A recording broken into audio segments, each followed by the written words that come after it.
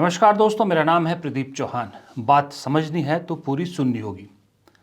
दोस्तों, मुझे लगता है कि राहुल गांधी ने ठान लिया है कि अब समय आ गया है कि उनका एक पुराना सपना अब पूरा हो जाए। वो सपना जो उन्होंने बड़ी शिद्दत से देखा था, और वो सपना देखा था जब पहली बार 2014 में बीजेपी के हाथों हार का सामना करना पड़ा था। राहुल गांधी की पॉलिटिकल समझ पे लोग अक्सर सवाल उठाते हैं, लेकिन मुझे लगता है पूरी कांग्रेस में अगर आप देखो तो राहुल गांधी से ज़्यादा पॉलिटिकली समझदार कोई है नहीं। 2014 में जब हार मिली बीजेपी के हाथों, तो 99% कांग्रेसी ये सोच में थे कि शगुफा है, हो गया, एक बार तुक्का लग गया, थक हार के जनता हमें ही वापस चुनेगी। इसी मेंटेलिटी के साथ उन्होंने 2014 की हार को लिया। लेकिन राहुल गांधी उसी वक्त समझ गए थे कि थर्ड फ्रंट या किसी और से हारना अलग बात होती है, बीजेपी से, वो भी जिसको लीड नरेंद्र मोदी कर रहे हों, उनसे हार मतलब खतरे की घंटी। जनता ने कांग्रेस को रिजेक्ट किया है, बीजेपी को नहीं चुना है। ये राहुल गांधी को उसी वक्त समझ में आ गया था, क्योंकि मैं भी ये मानता हूं कि 2014 की जो हार थी कांग्रेस की और बीजेपी की जो जीत थी, वो दरअसल बीजेपी की जीत नहीं थी, वो कांग्रेस की हार थी। लोगों ने कांग्रेस को हराया था, यूपीए को हराया था, ये फर्क था। लेकिन किसी ने इस पर ध्यान नहीं दिया। राहुल गांधी को उसी वक्त समझ में आ गया था कि पार्टी को लोगों ने रिजेक्ट किया है। अब जब माल जो रिजेक्ट हो जाए, उसे बार बार रिजेक्टेड माल को पब्लिक के सामने नहीं रखते हैं। कोई भी दुकानदार हो, जब जो रिजेक्टेड माल है उसे डंप कर देता है, नया माल सामने रखता है। तो राहुल गांधी ने भी 2014 में एक सपना देखा था कि इस कांग्रेस को बदलने की ज़रूरत है, कांग्रेस का चेहरा मोहरा बदलने की ज़रूरत है, बुढ़ियाती कांग्रेस को बदलने की ज़रूरत है। तो राहुल गांधी ने 2014 में वो सपना देख लिया था, और उस सपने की वकालत करने वाले भी उनकी टीम में उस वक्त लोग थे। वही लोग जो आज उस सपने का जब पूरा होने का वक्त आ रहा है तो अपनी कुर्सियां छोड़ने को तैयार नहीं है। मैं बात कर रहा हूं जयराम रमेश की। ये जयराम रमेश के उस वक्त के बयान देखिए। जयराम रमेश उस वक्त पुरजोर इस बात की वकालत करते थे कि कांग्रेस में 60 साल से ऊपर वालों का वक्त पूरा हो चुका है, और ये भी सजेशन दिया था कि 70 साल में कंपलसरी रिटायरमेंट कांग्रेस में होगी। ये जयराम रमेश कहते थे। और जयराम रमेश उसी में ये भी कहते थे कि जब उस वक्त वो मिनिस्टर ऑफ डेवलपमेंट और वो उसके मिनिस्टर थे यूपीए सरकार में, उनका उस वक्त कहना था कि राहुल गांधी जो उस वक्त वाइस प्रेसिडेंट थे, जब प्रेसिडेंट बनेंगे और देश के प्रधानमंत्री बनेंगे तो वो अपनी कैबिनेट में यंग चेहरे चाहते हैं, वो यंग कैबिनेट चाहते हैं। इसलिए जनरेशन को बदलना ज़रूरी है, जनरेशन का चेंज होना ज़रूरी है। और ये तय है कि अब 60 से ऊपर का कांग्रेस में भविष्य थोड़ा कम है और 70 पे कंपलसरी रिटायरमेंट है। ये जयराम रमेश कहते थे। वो जयराम रमेश जो आज भी जनरल सेक्रेटरी कम्युनिकेशन बन के बैठे हैं, और आज खुद की उम्र उनकी 71 प्लस है। 14 में धमकियां देते थे और ऐलान करते थे कि कंपलसरी रिटायरमेंट 70 में होनी चाहिए, वकालत करते थे। आज खुद वो कुर्सी नहीं छोड़ रहे हैं।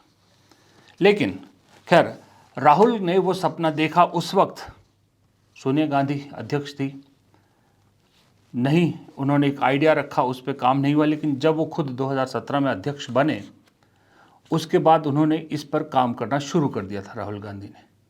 लेकिन 2019 में जिस तरह से हार हुई, फिर उन्होंने पार्टी से अध्यक्ष पद से इस्तीफा दे दिया। सोनिया गांधी कार्यकारी अध्यक्ष बनी। लेकिन राहुल गांधी में कहीं ना कहीं उनको लग रहा था कि 14 में जो गलती कर दी मैंने, जो बदलना चाहिए था, बदलाव लाना चाहिए तो नहीं लिया, उन्होंने लगा कि अब 19 में उसका खामियाजा फिर भुगत चुके हैं, लेकिन 24 के लिए इसकी कवायद होनी चाहिए। तो उन्होंने फिर से इसी कवायद पर काम शुरू किया। और ये खबरों की हेडलाइन देखिए उस वक्त की, 2020 की ये खबरों की हेडलाइंस हैं और 2022 की भी है। 2020 की खबरें बताती है कि किस तरह से राहुल गांधी कंपलसरी रिटायरमेंट, 70 साल पे कंपलसरी रिटायरमेंट का आइडिया जो है, इसको कंपलसरी करना चाहते हैं। और साथ ही उन्होंने जो उदयपुर चिंतन शिविर हुआ था, उसमें इसको बाकायदा टेबल करने का आइडिया भी था कि चिंतन शिविर पे इस पर डिस्कस होगा। लेकिन वो जैसा कांग्रेस में होता है ना, आपको मालूम है, उसी वक्त एक ग्रुप बना G23 ग्रुप। वो ग्रुप किसी पार्टी के भले के लिए नहीं बना था, उनका मकसद पार्टी का भला करना नहीं था। दरअसल उनका मकसद था ये जो राहुल गांधी 70 साल में कंपलसरी रिटायरमेंट का प्लान बना रहे हैं, इसको किसी तरह से ठंडे बस्ते में डलवाना।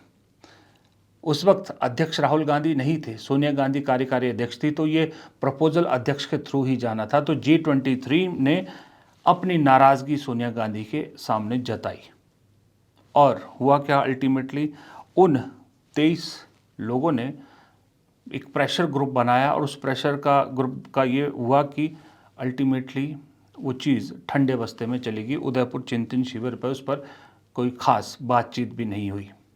लेकिन कहीं ना कहीं राहुल गांधी जानते थे, उस वक्त उन्होंने एक बैठक बुलाई थी युवा नेताओं की, युवा जो उस वक्त सांसद थे, और उस बैठक में राहुल गांधी ने कहा था कि हाँ, मुझे लगता है कि ये जो कांग्रेस का जो भविष्य है, जो सीनियर लीडर्स हैं, उन्हें 70 साल में रिटायर हो जाना चाहिए ताकि नए लोगों को मौका मिले। और उन्होंने ये भी साफ शब्दों में कहा था कि मैं जानता हूँ हो सकता है 2024 में इसका खामियाजा हमें भुगतना पड़े, हम चुनाव हार सकते हैं, लेकिन पार्टी को लंबे चलाने के लिए ज़रूरी है कि एक इस तरह का 70 साल का रिटायरमेंट का प्लान बनाया जाए।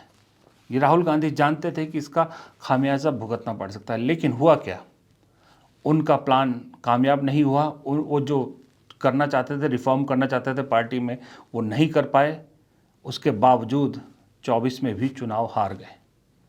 तो अब राहुल गांधी ने सोचा है कि जब चुनाव भी हम लगातार 3 हार गए हैं और ये G23 ये वो से ये होते रहेंगे पार्टी में, उनको समझ में आ गया कि वो हमेशा हर लोग उनकी बात से सहमत हो ये ज़रूरी नहीं है।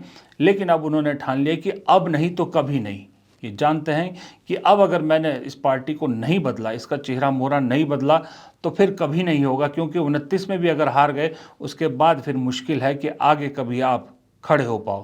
तो इसलिए उन्होंने इसका बीड़ा इस बार उठाया है और रेस जो घोड़ों की कैटेगराइजेशन किया ना उन्होंने, कल आपने देखा होगा गुजरात में उन्होंने साफ कहा कि बहुत से नेता हमारे पास ऐसे हैं जो सीनियर नेता बनते हैं लेकिन बूथ तक नहीं जिता पाते। वो सीनियर नेता कौन है, आप समझ रहे हैं किसकी तरफ इशारा किया उन्होंने। और साथ में उन्होंने रेस और बारात के घोड़े में एक लंगड़ा घोड़ा शब्द भी जोड़ा है। जो मैंने पिछली बार कही कि आप लोगों को काफी अच्छा लगा, मैंने कहा कि देखिए 2 तरीके के घोड़े होते हैं, एक रेस का होता है और दूसरा बारात का घोड़ा होता है। अच्छा, उसमें तीसरा भी होता है, उसको जोड़ देता हूं, एक लंगड़ा घोड़ा भी होता है। और आप ही ने मुझे यह बात बताई कि देखिए राहुल जी, प्रॉब्लम क्या है कि कांग्रेस पार्टी कभी कभी रेस के घोड़े को बारात में बेच देती है और बारात के घोड़े को रेस में दौड़ा देती है। तो हम ये बात इन घोड़ों को हम थोड़ा अलग अलग करना चाहते हैं कि भैया ये रेस का घोड़ा है, ये बारात का घोड़ा है और ये लंगड़ा घोड़ा है। और रेस के घोड़े को हम दौड़ाएंगे, बारात के घोड़े को हम नचाएंगे। राइट? तो हमारे डिस्कशन, अब ये रेस के घोड़े, बारात के घोड़े, लंगड़े घोड़े, 3 कैटेगरीज हैं। राहुल गांधी कह रहे हैं कि हम छांटेंगे और धीरे धीरे प्यार से इनको साइड करेंगे, नए लोगों को हम आगे ला रहे हैं। चलिए इसमें मैं थोड़ी हेल्प कर देता हूं, मैं एक लिस्ट बताता हूं। अगर राहुल गांधी की टीम से कोई देख रहा हो तो उन्हें बता दीजिएगा कि ये लिस्ट है, एक पब्लिक इस लिस्ट पे पब्लिक एक लिस्ट बना सकती है कांग्रेस की कि कौन बारात के घोड़े, कौन लंगड़े घोड़े, कौन रेस के घोड़े। तो फिर पार्टी के लिए तो ज़्यादा मुश्किलात नहीं होगी, लेकिन उसमें भी एक खेल है। वो खेल क्या है वो बाद में बताता हूँ, पहले मैं आपको लिस्ट बताता हूँ जो हमारे मुताबिक कांग्रेस पार्टी में जो लंगड़े घोड़े हैं। सबसे पहले लंगड़े घोड़ों की बात करूँ, क्योंकि लंगड़े घोड़े वो हैं जिन्हें अब कंपल्सरी रिटायर करके एक आप यूं कह सकते हो, जिस तरह बीजेपी का मार्गदर्शक मंडल है, एक उस तरह का कांग्रेस का रिटायरमेंट मंडल बनाना पड़ेगा, रिटायर्ड लोगों का मंडल वहाँ इनको डालना ही डालना पड़ेगा, क्योंकि चेहरे तो बहुत हैं पूरे देश में। ये चेहरे जो मैं गिना रहा हूँ इसमें भी बहुत सारे नाम हैं जो मुझसे छूट गए होंगे, आप कमेंट बॉक्स में लिखिएगा ज़रूर। लेकिन मैं इसलिए डाल रहा हूँ कि ये सब चेहरे आपके कांग्रेस वर्किंग कमेटी में भी है, कोई प्रदेश अध्यक्ष है, कोई जनरल सेक्रेटरी है, मतलब इंपॉर्टेंट पोजीशन पे है।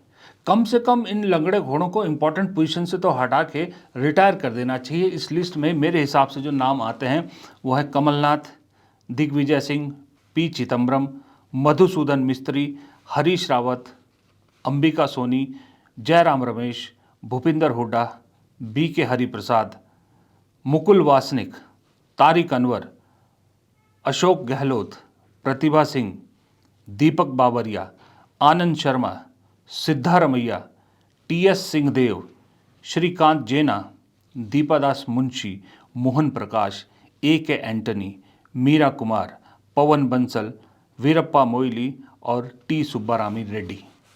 ये मेरे हिसाब से ऐसे हैं जिनका अब कांग्रेस के लिए कंट्रीब्यूशन मेरे हिसाब से ना के बराबर है।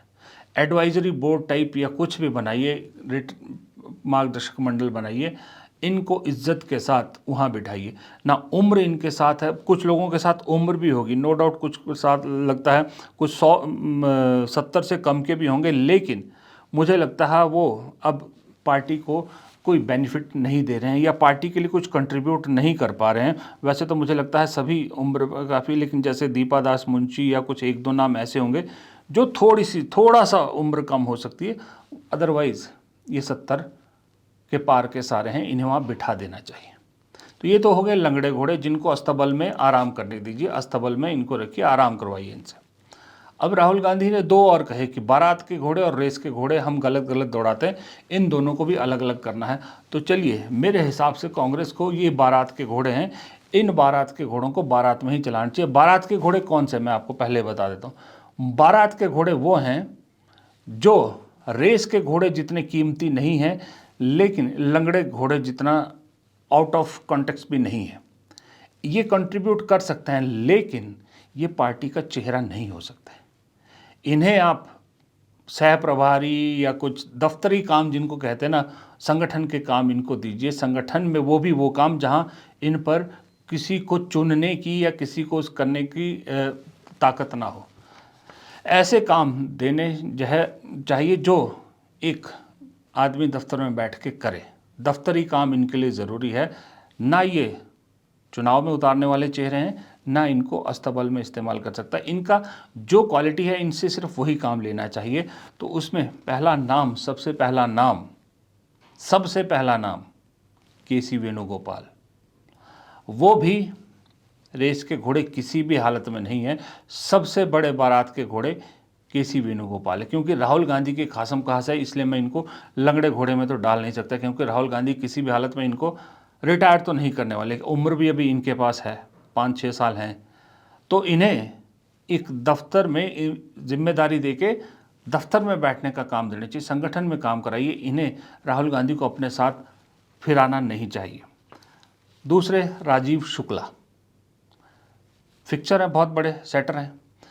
कांग्रेस पार्टी ने इनको क्यों मुंह लगा रखा है, क्यों लगातार राज्यसभा भेजते हैं, अब CWC में भी जो है वो इनवाइटी मेंबर बना दिया। वो इसलिए पार्टी कहती है कि भाई ये फाइनेंस लाते हैं पार्टी के लिए। तो ठीक है भाई, फाइनेंस लाते हैं, अच्छी बात है, इनसे वही काम कराइए, इन्हें फाइनेंस लाने का काम दीजिए। आप इनको राज्यसभा दे रहे हैं तो देते रहिए, इसके बदले में राज्यसभा देते रहिए, लेकिन इन्हें प्रभारी, सह प्रभारी या किसी कमेटी का मेंबर मत बनाइए। इन्हें जो काम दिया है उसके बदले में राज्यसभा की सीट देते रहिए, बस इतना ही इनका रोल होना चाहिए, इससे ज़्यादा नहीं। फिर इसके अलावा शक्ति सिंह गोहिल, कुमारी शैलजा, भंवर जितेंद्र सिंह, उदय भान हरियाणा के जो भी अध्यक्ष हैं, नवजोत सिंह सिद्धू। अब कुछ लोग कहेंगे नवजोत सिंह सिद्धू का नाम क्यों ले रहे हैं इसमें। नवजोत सिंह सिद्धू इसलिए ले रहा हूँ कि देखिए ब्रदर, मैं भी मानता हूँ कि वो पब्लिक को इकट्ठा करते हैं, लेकिन वो नेता इस वक्त कांग्रेस को नहीं चाहिए जो चुनाव जब होता है तो वो उग जाते हैं, आसपास कहीं नहीं दिखते हुए, पार्टी से दूर रहते हैं। मैं मानता हूं कि उनकी कुछ पर्सनल ज़िंदगी में बहुत सारी प्रॉब्लम्स रही हैं, उनकी पत्नी को तकलीफ़ थी, सब थी, लेकिन उन सब के बावजूद मैं इसलिए उनको बारात के घोड़े में डाल रहा हूँ कि वो कैंपेन अच्छा करते हैं, उनको एक स्टार कैंपेनर के तौर पे या कुछ इस तरह का इस्तेमाल पार्टी कर सकती है। लेकिन अगर नवजोत सिंह सिद्धू सत्ता में अपनी हिस्सेदारी मांगे, नहीं, रेस के घोड़े वो नहीं बन सकते, क्योंकि पार्ट टाइम पॉलिटिशियंस कांग्रेस का बेड़ा पार नहीं कर सकते। अब वक्त आ गया है ऐसे पार्ट टाइमर्स को पार्ट टाइमर वाला ही काम दिया जाए।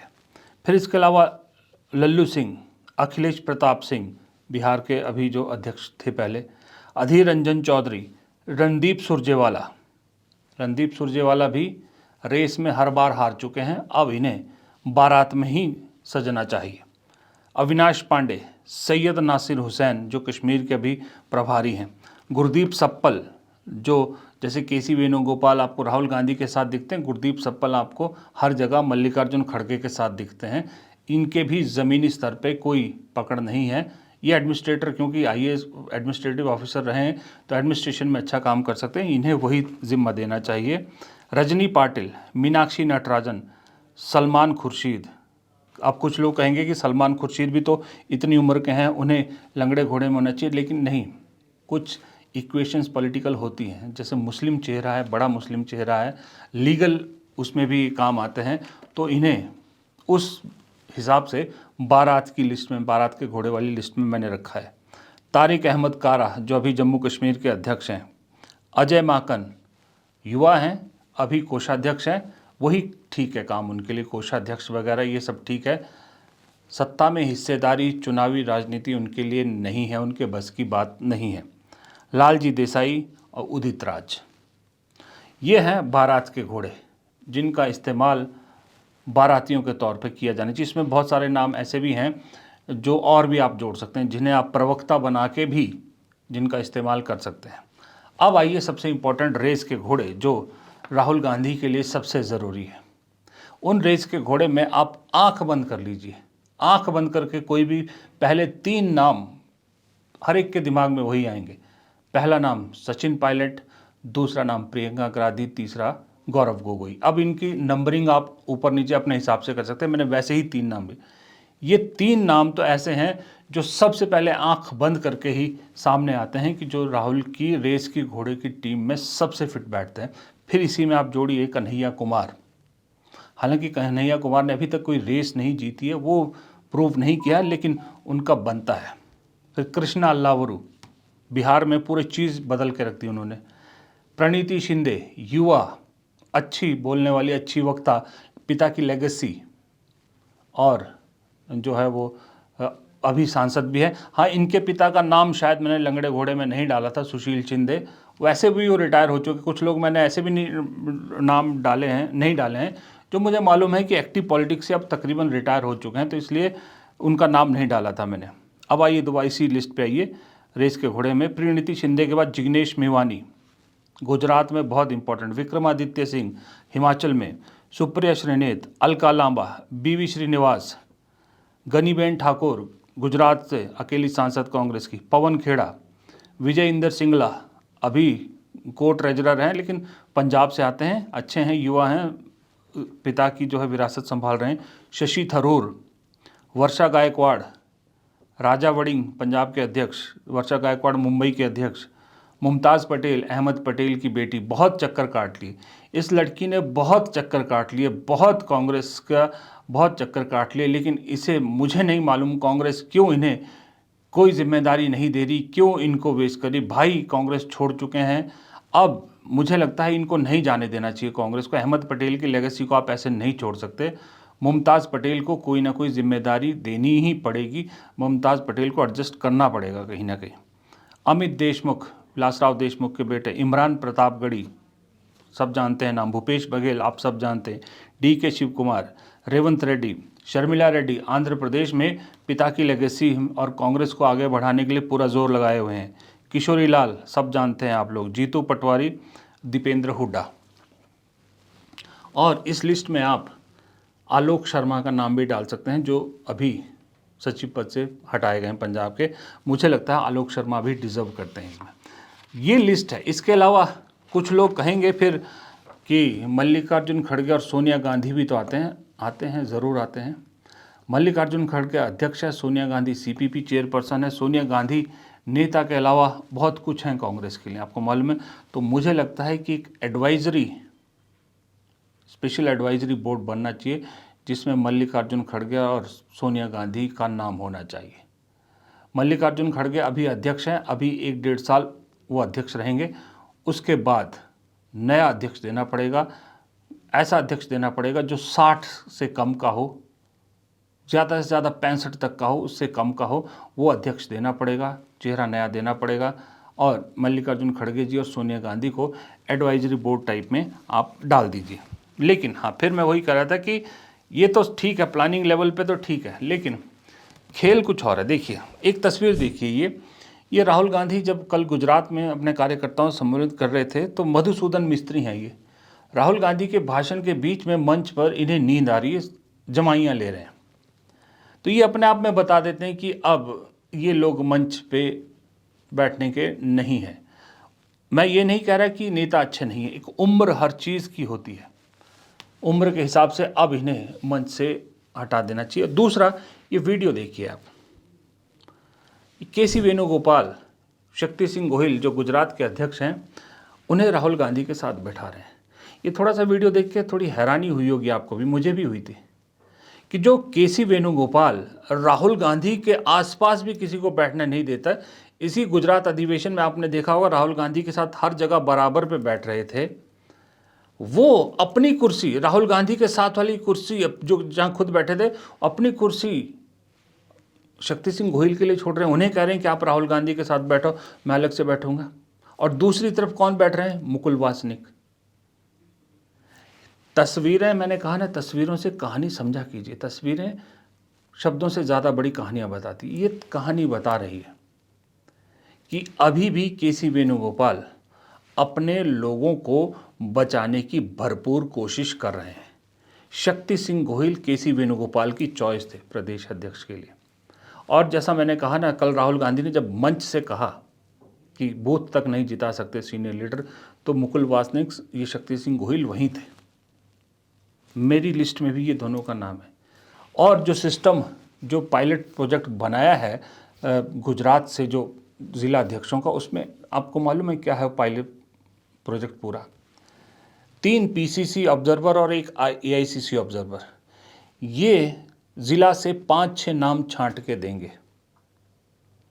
वो अल्टीमेटली छांट के जाएगा किसके पास? प्रदेश अध्यक्ष और उस कमेटी के बाद वो उसमें से शॉर्ट लिस्ट करके 2 लोगों का नाम दिल्ली भेजेंगे, खड़गे जी यानी अध्यक्ष और संगठन महासचिव के पास।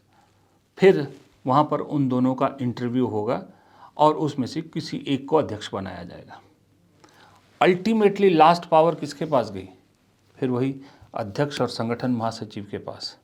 मतलब केसी वेणुगोपाल के पास अल्टीमेटली पावर तो है। उससे नीचे प्रदेश अध्यक्ष जो 5-6 लोगों में से छांट के 2 लोगों का नाम भेजेंगे। प्रदेश अध्यक्ष किसके हैं सारे इस वक्त? ज़्यादातर केसी वेणुगोपाल के। अब इस एंगल से केसी वेणुगोपाल की वो तस्वीर देखिए जहां शक्ति सिंह गोहिल को राहुल गांधी के साथ बिठा रहे हैं। अब गेम समझ में आ रहा है आपको? अब इस गेम को अगर राहुल गांधी समझ सकते हैं तो समझ लें, नहीं तो फिर जितनी पूरी एक्सरसाइज है और जो राहुल गांधी अपना सपना पूरा करने की कोशिश कर रहे हैं वो फिर अधर में लटक जाएगा। फिलहाल आप भी अपनी राय कमेंट बॉक्स में लिखिएगा कि आपको क्या लगता है और किस किस के नाम और होने चाहिए। वीडियो पसंद आए तो वीडियो को लाइक और शेयर कीजिएगा, अपने दोस्तों के साथ ज़रूर शेयर कीजिएगा। चैनल को सब्सक्राइब नहीं किया, प्लीज़ चैनल को सब्सक्राइब कर लीजिएगा। और जैसा मैंने कहा, कमेंट बॉक्स में राय ज़रूर दीजिएगा, हमारी आर्थिक मदद करिएगा ज़रूर इंडिपेंडेंट पत्रकारिता को ज़िंदा रखने के लिए। सुपर थैंक्स और जॉइन बटन के ज़रिए। नमस्कार।